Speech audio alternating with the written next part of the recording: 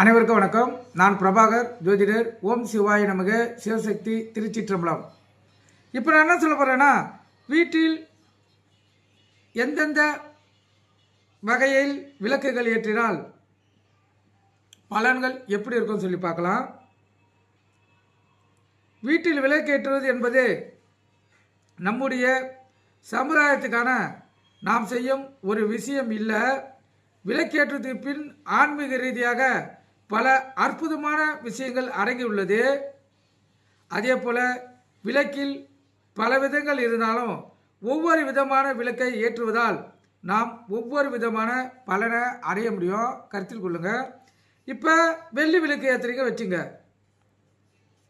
திரு கார்த்திகை தீபம் என்று காமாட்சி அம்மன் விளக்கு வெள்ளி விளக்கு ஏற்றி அதன் பிறகு தான், அதாவது எந்த விளக்காக இருந்தாலும் காமாட்சி அம்மன் விளக்கை ஏற்றிய பிறகு தான் நம்ம அகல் விளக்கு ஏற்றுவோம். கருத்தில் கொள்ளுங்க.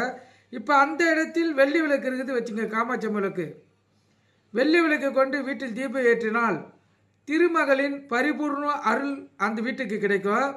இதனால் வீட்டில் செல்வம் சேரும். கருத்தில் கொள்ளுங்க.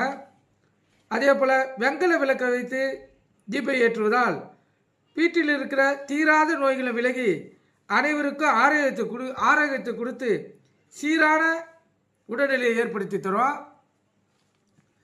அதே போல் மண்ணினால் செய்யப்பட்ட விளக்கை ஏற்றினால், அதாவது மண்ணினால் செய்யப்பட்ட விளக்கை கொண்டு தீபம் ஏற்றுவதால் வீட்டில் உள்ள பீடைகள் விலகி சந்தோஷம் பெருகும். அதனால்தான் திரு கார்த்திகை தீபம் என்று மண்ணினால் செய்யப்பட்ட விளக்குகளை வீடு முழுவதும் ஏற்றுறாங்க. கருத்தில் கொள்ளுங்க.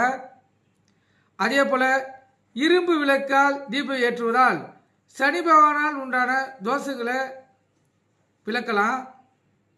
பஞ்சலோக விளக்கு கொண்டு தீபம் ஏற்றுவதால் துஷ்ட சக்திகள் வீட்டிலிருந்து விலகி தெய்வ சக்திகள் குடிக்கொள்ளும். கருத்தில் கொள்ளுங்க.